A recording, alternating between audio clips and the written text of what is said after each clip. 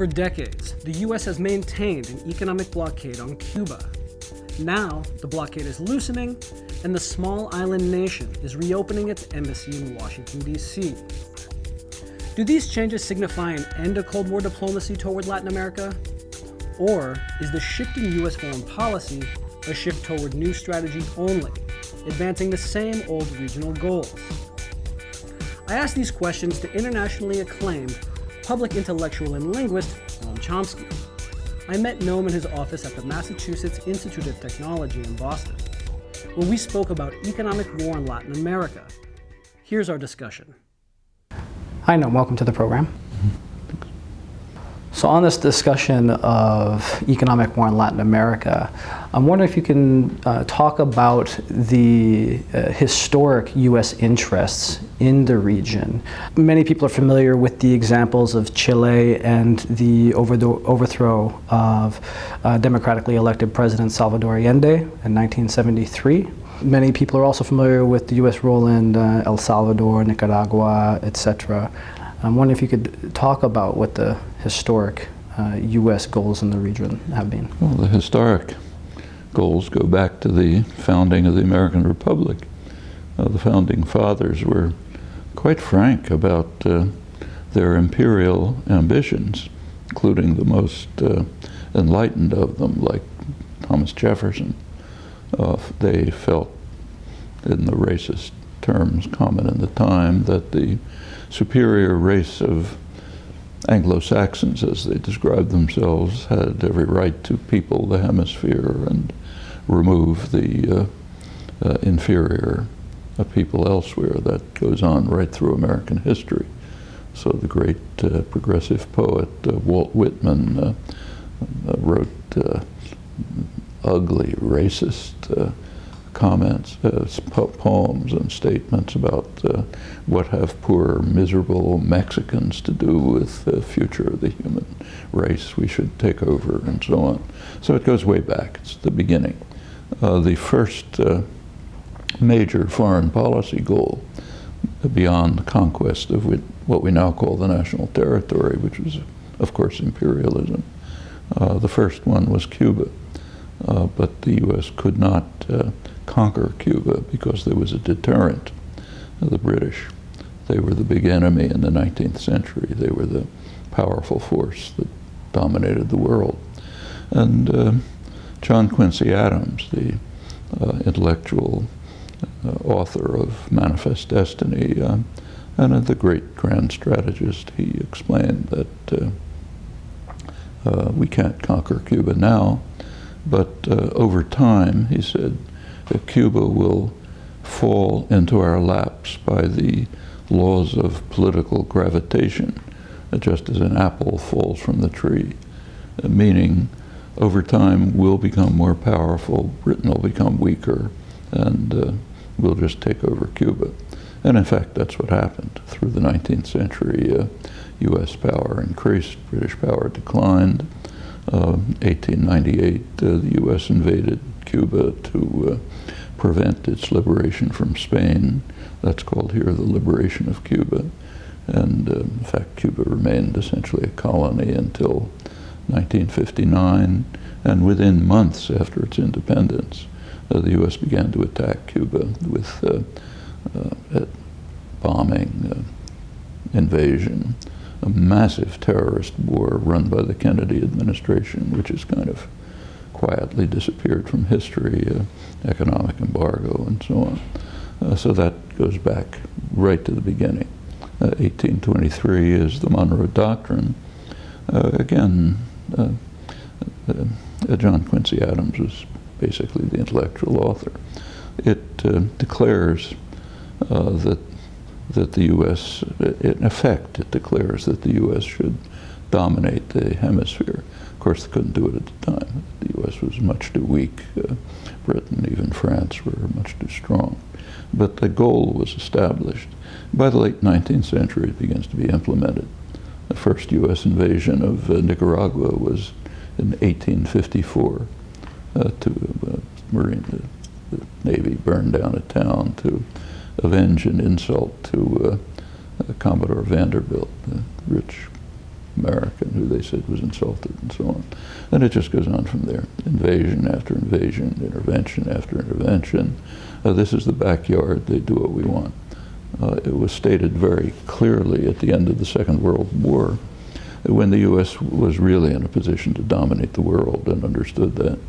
And planners were very clear and explicit about it, and they laid plans for all of the world, and they had plans for Latin America. There was a hemispheric conference called, and of course everybody had to come, in Mexico in February 1945, in which the U.S. imposed what was called an economic charter for the Americas. And the economic charter banned economic nationalism in all its forms. The State Department explained that there's a subversive idea circulating in Latin America called the philosophy of the new nationalism, which believes that the resources of a country should be used for the benefit of its own people. And we have to knock that down. That's them. Now I'll add, the implicit message is the resources of the country belong to American investors. And some made that pretty clear. So George Kennan, who's one of the leading planners and considered a kind of a moderate, simply described the resources of Latin America as our resources.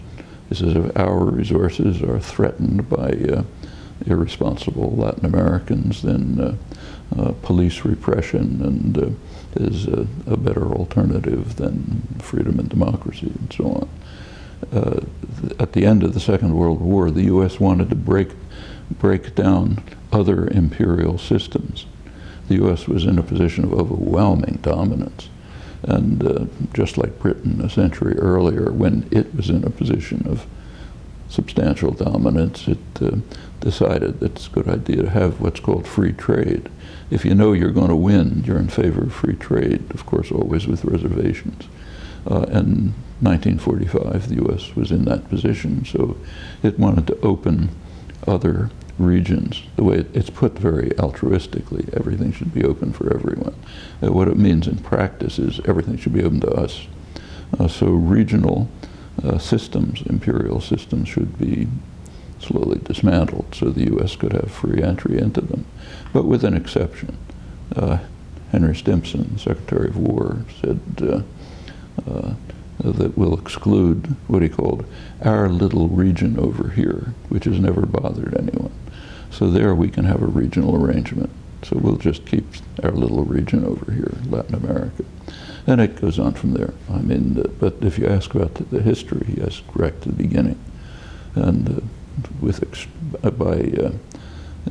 it's well known to scholarship that in the post-Stalin era, U.S. run atrocities in our little region over here greatly exceed anything that happened in Eastern Europe. And fast forwarding to today, the U.S. is thawing, seemingly. It's Cold War era diplomatic relations. They seemingly are thawing the blockade of Cuba, the economic blockade. And I'm wondering what you can say about this change. Is this a change in goals, or are the goals the same and it's a change in strategy? It's much more significant than that. For the first time in 500 years, Latin America has begun to free itself from external imperial domination. Now, that's something that's happened in the last roughly 10 to 15 years, and it's a very significant development. The typical Latin American country, it's a variation, but the typical Latin American country has been governed by a tiny, Europeanized, mostly white elite, which has no responsibility for the population. These are potentially quite rich countries, but there's enormous misery and suffering and inequality. The elite was oriented towards their external masters. So your capital flowed abroad, luxury imports come in, send your kids to school in France or United States or wherever. That was the typical structure. Very different, say, from East Asia. One of the reasons East Asia developed and Latin America didn't, though it had many more advantages. That's begun to change. In the last roughly decade or two, the Latin American countries have, first of all, begun to integrate, which is a prerequisite for independence. They've begun to separate themselves from imperial domination. That means the U.S. in the last century or so, and even begun to face some of their quite desperate internal problems with some degree of success. There's regression, failures, but some success. One result is the U.S. is no longer in a position to run Latin America. You can see it very clearly in the hemispheric conferences. I mentioned the February 1945 conference. Latin Americans just did what they were told. There wasn't any question about it. 2012, there was a hemispheric conference in Cartagena, Colombia, which is the one remaining more or less U.S. ally. It could not reach any decisions. The reason was the U.S. and Canada were totally isolated on all issues. There were three major issues. One was admission of Cuba into the hemispheric system. The U.S. and Canada refused, everyone else wanted it. The second was decriminalization of drugs. The U.S.-run drug war has a devastating effect in Latin America. The problem is in the United States, not there. The demand is here. Even the supply of guns is here. So if you go to Mexico, with the monstrosity, majority of the guns that are collected come from U.S. border states, where you can walk into a store and buy an assault rifle and hand it to your favorite cartel, narco cartel gangster. And it really is having a horrible effect in Latin America. So they want to cut it back in various ways. And the U.S. refuses. Canada refused. There was actually a third issue, though, less salient. The hemispheric countries, other than the United States and Canada, agreed to support Argentina's position on the Malvinas-Falkland War. The U.S. and Canada refused. So it just broke down. Now, the next hemisphere, the contrast to February 45 is pretty dramatic, and it reflects the changes that have taken place. The U.S. recognized that they've got to do something. There was a hemispheric conference in Panama summit, and it was realized that before that, the U.S. had to make some kind of gesture that would enable it not to be just thrown out of the hemisphere. So Obama made what the left liberal press calls a noble gesture of helping Cuba come back from its isolation and so on.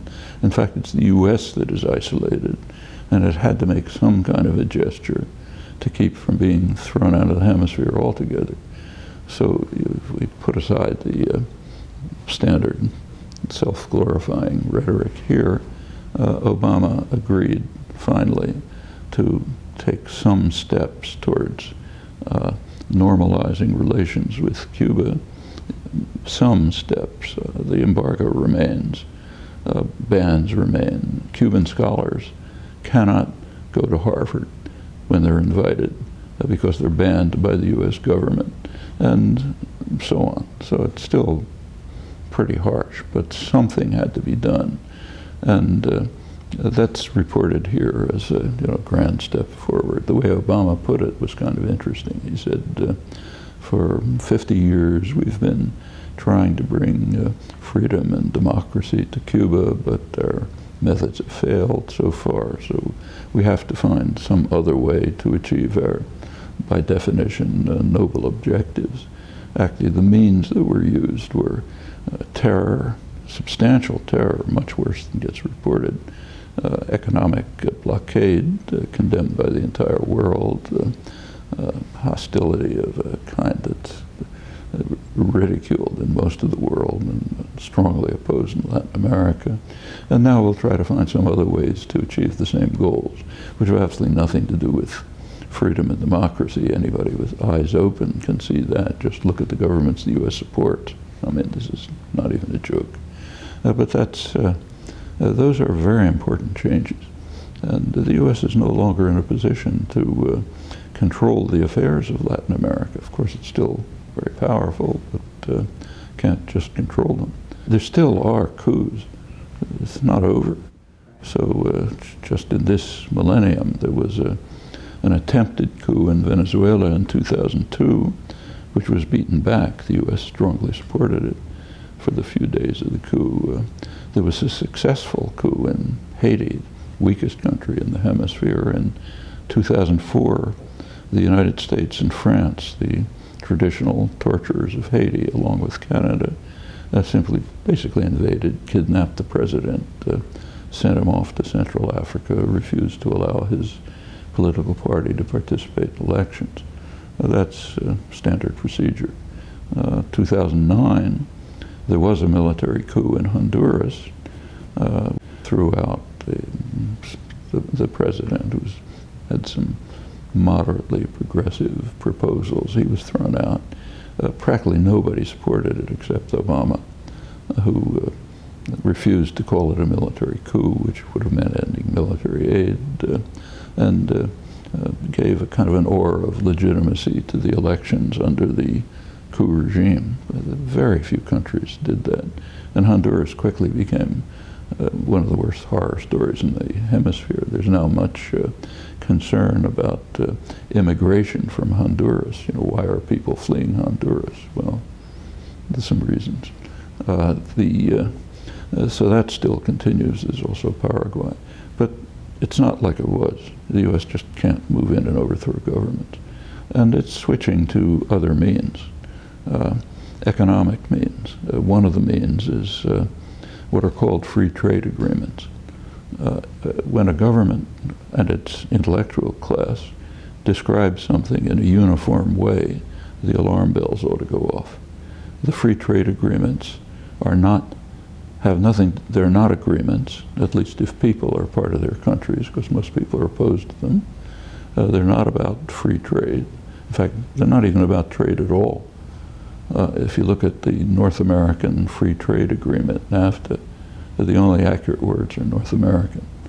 The agreements have very high protectionist elements in the interests of pharmaceutical corporations, media corporations, and so on.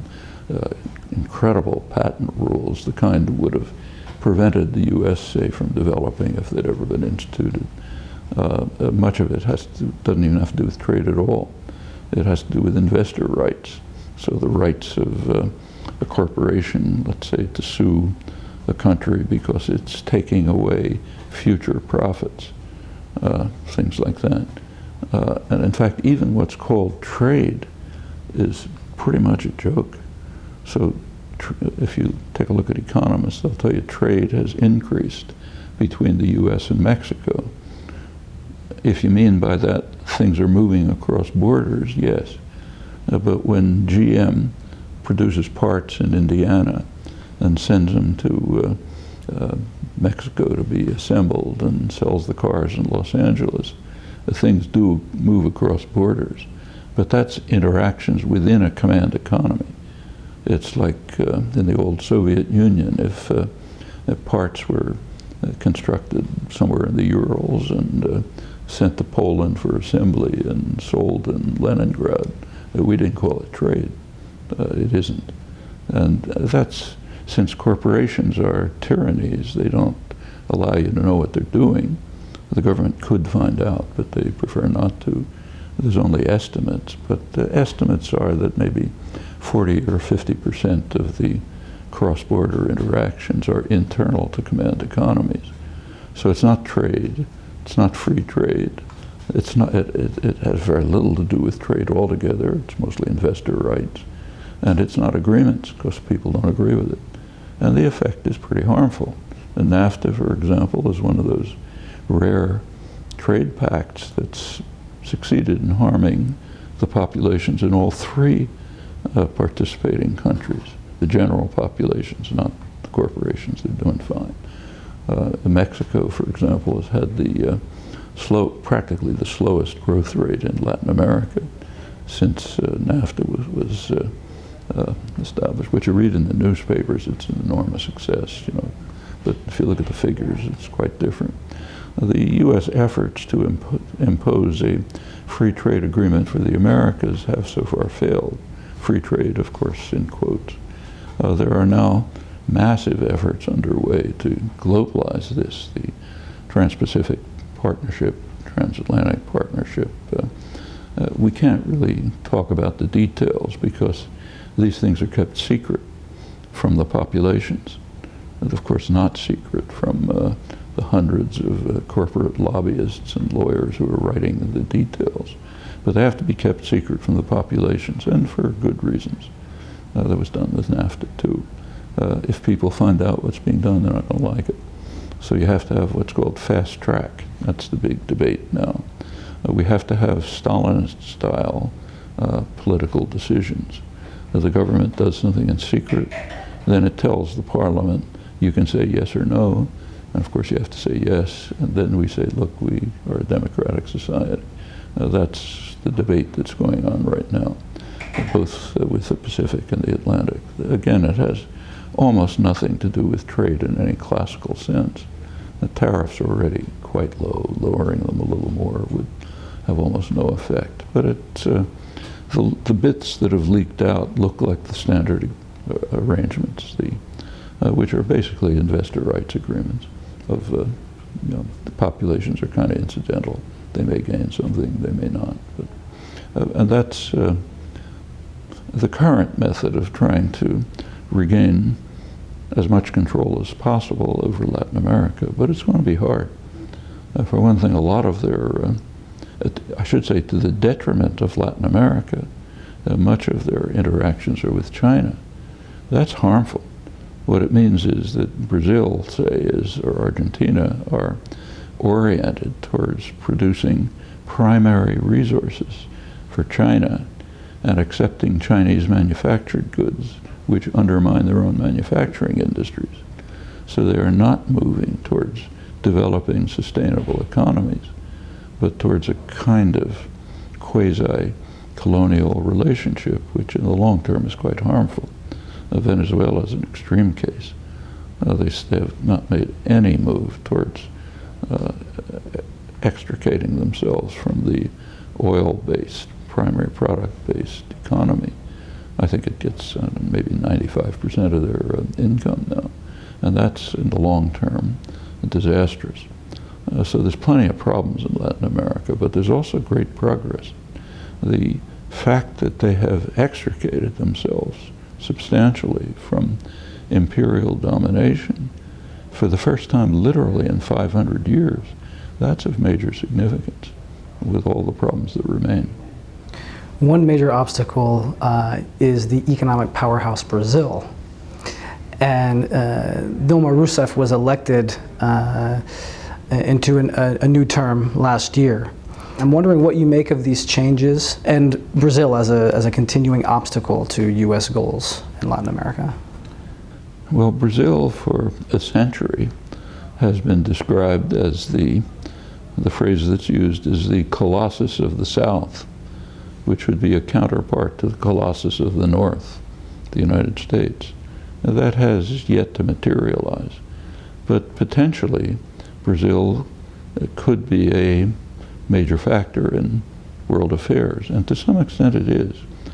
Under Lula, Rousseff, Brazil has begun to play a significant role, or attempted to play a significant role in international affairs, and the U.S. doesn't like it. Now, sometimes it's dramatic.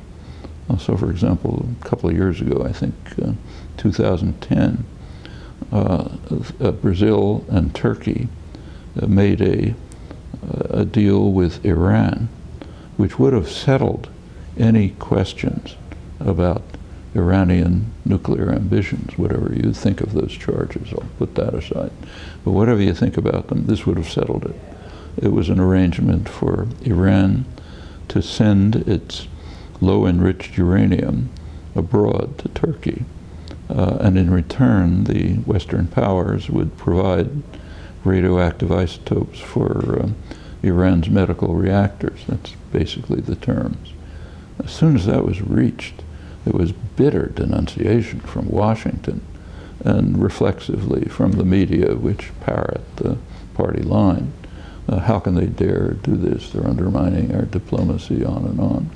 Actually, the Brazilian foreign minister, a very serious person, Noam was irritated enough by this so that he released a letter, a private letter from President Obama to President Lula da Silva, in which Obama had actually recommended this, presumably because he thought Iran would never accept and they'd get a propaganda point. That kind of, passed without very much comment. But this is the kind of intervention in world affairs that the U.S. definitely doesn't want. They're concerned about, the BRICS, of which Brazil is a significant, maybe one of the significant members. And it is part of a kind of a diffusion of power in the world, limited diffusion of power, which is referred to in international foreign affairs discourse as the American decline. That's considered a big problem. You get the journal Foreign Affairs, is America disappearing, American decline. Yeah, it's true. The United States has been declining since 1945. It reached its peak of power in 1945. There's been a steady decline since then. In the recent years, that decline continues and presumably will continue. But the U.S. still remains overwhelmingly the most powerful state in the world. There's no other country that can dream of having 1,000 military bases all over the world, or spend almost as much on the military as the rest of the world combined, carrying out aggression and terror all over the place.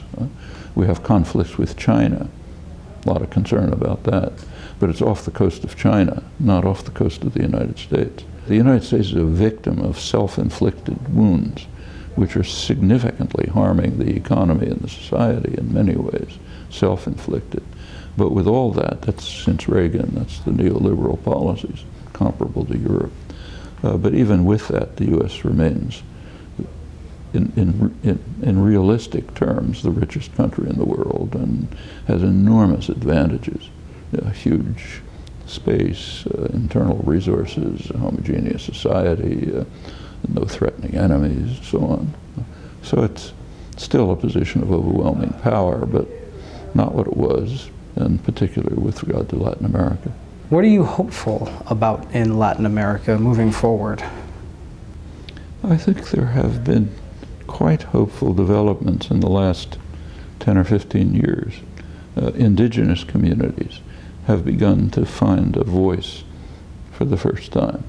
In the countries with large indigenous populations, like Bolivia and secondarily Ecuador, they've had a substantial role. In Bolivia, they elected their own president. There are plenty of conflicts between indigenous people and the governments that they initially supported, not so clearly now, but that's an important step forward. And that's, in fact, that's a tremendous step forward for the entire world. It's a kind of incredible irony that all over the world, the leading forces in trying to prevent a race to disaster are the indigenous communities. I mean, anyone who's not living under a rock knows that we're facing potential environmental catastrophe, and not in the distant future. All over the world, it's the indigenous communities that are trying to hold it back. First Nations in Canada, indigenous people in Bolivia, Aborigines in Australia, tribal people in India. It's a phenomenon all over the world.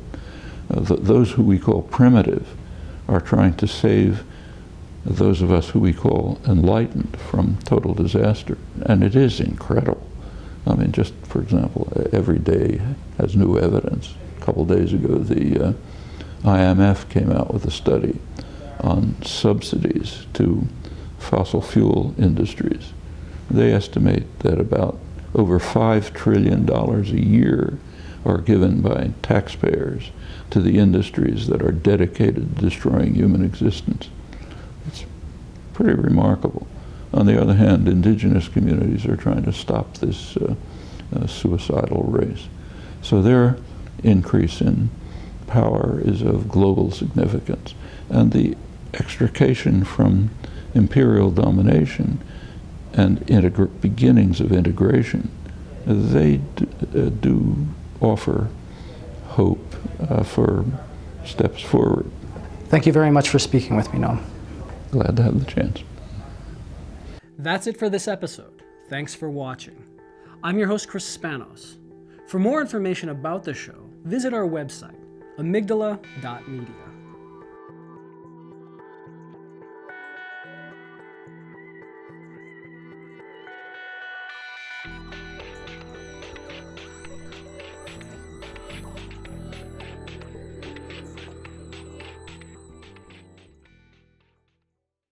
السلام عليكم.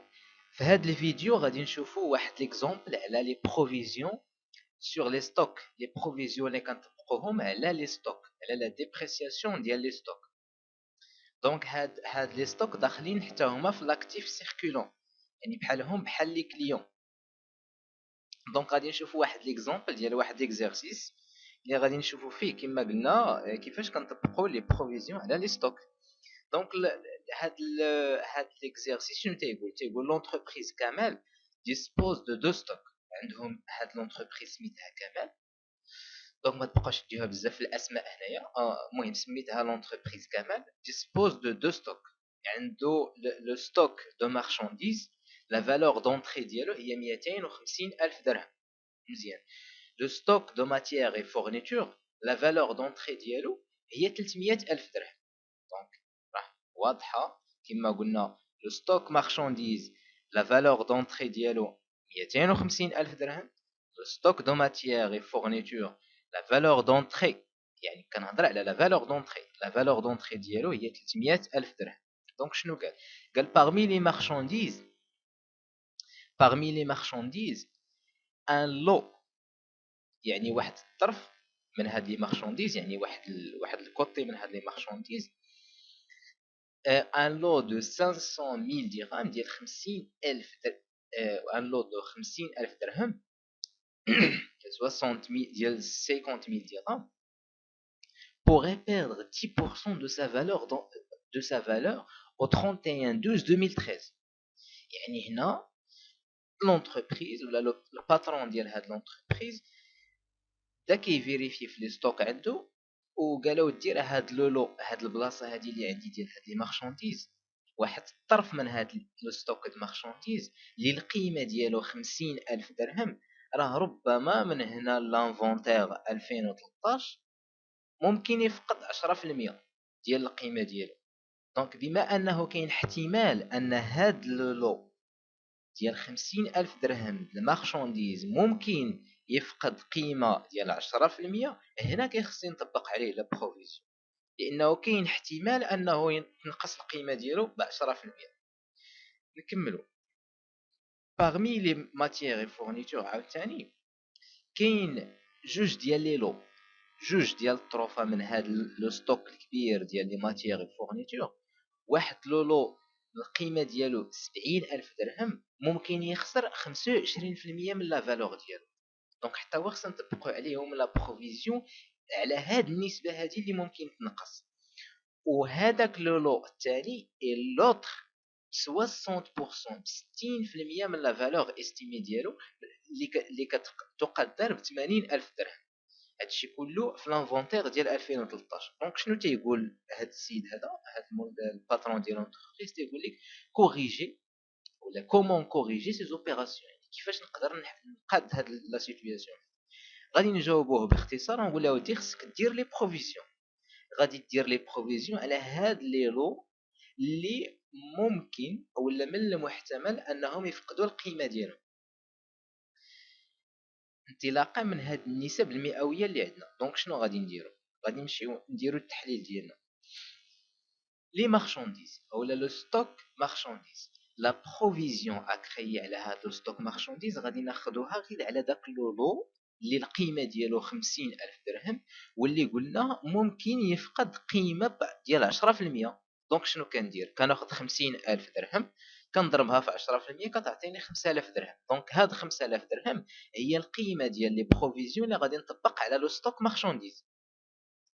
كننتقلوا لو ستوك ماتيير اي فورنيتور، كناخذوا لو لو نيميرو 1 اللي القيمه ديالو 70000 درهم، كنضربها هذيك 70000 درهم كنضربها في 25% اللي هي النسبه ديال لا ديبريسياسيون استيمي، يعني اللي ممكن تفقد من هذا اللولو هذا. دونك 70000 درهم مضروبه في 25% كتعطيني واحد لو مونطون ديال 17500 درهم. هذا هو لو مونطون ديال لا بروفيزيون على لو لو نيميرو 1 ديال الماتيير اي فورنيتور. نمشيو لو لو نيميرو 2، 80000 درهم كنضربوها في 60% ديال لا ديبريسياسيون استيمي كتعطينا واحد لو مونطون ديال 48000 درهم. دونك لو ستوك ديال الماتيير اي فورنيتور عندي جوج ديال لي لو، الاول غنطبق عليه لا بروفيزيون ب 17500 درهم، والثاني غادي نطبق عليه 48000 درهم ديال لا بروفيزيون. دونك كناخذ لو توتال، يعني كنجمع لو توتال ديال لي ستوك كاملين، يعني لا بروفيزيون اللي غنطبق على لي ستوك اون جينيرال هما لي بروفيزيون اللي عاد حسبت دابا. دونك 5000 درهم ديال لو ستوك مارشانديز زائد 17000 درهم و500 ديال لو بروميير لو في ماتيير فورنيتور بلس 48000 درهم ديال لو لو نيميرو 1 في لي ماتيير فورنيتور كيعطيني واحد لو مونطون توتال ديال 70500 درهم. من بعد شنو كندير؟ كنمشي ليكريتور كونطابل. دونك ليكريتور كونطابل غتكون بهذا الشكل، كان ديما في لا دات عندي لا دات دانفونتير اللي هي لو 31 12 2013، كنحط في لو ديبي واحد لو كونت سميتو ولا لو نيميرو ديالو هو 61 96 واحد، يعني يمكن لك تفيريفي مزيان في لو بلان كونطابل اللي عندك. دونك لو نيميرو دو كونت هو دوتاسيون، لو نيميرو دو كونت هو 61 96 واحد، le nom ديالو هو dotation d'exploitation ou provision pour dépréciation des stocks. مزيان كنحط هنايا لو مونطون توتال ديال لي بروفيزيون على لو ستوك. في لو كريدي هنا كنبين كل البروفيزيون اللي مطبقه على كل ناتور دو ستوك، يعني كل نوع من لي ستوك كنحط البروفيزيون الخاصه به. دونك شنو كندير 39 11 اللي هو لا بروفيزيون بور ديبريسياسيون دي مارشانديز ولا دي ستوك مارشانديز، القيمه ديالها 5000 درهم كما قلنا. 39 12 هي بروفيزيون بور ديبريسياسيون دي ماتيير فورنيتور، وهنا كنحط 65500 درهم اللي هو المجموع ديال 17500 درهم زائد 48000 درهم اللي خاصه لي ستوك دو ماتيير فورنيتور. في لو ليبيلي كنكتب constatation ou la création de la provision sur le stock marchandise plus le stock matière et fourniture. وهكذا كنكون قاديت لي بروفيزيون اللي مطبقين على لي ستوك. دونك هكذا كنكونستاتيو في كل مره لي بروفيزيون على لي ستوك.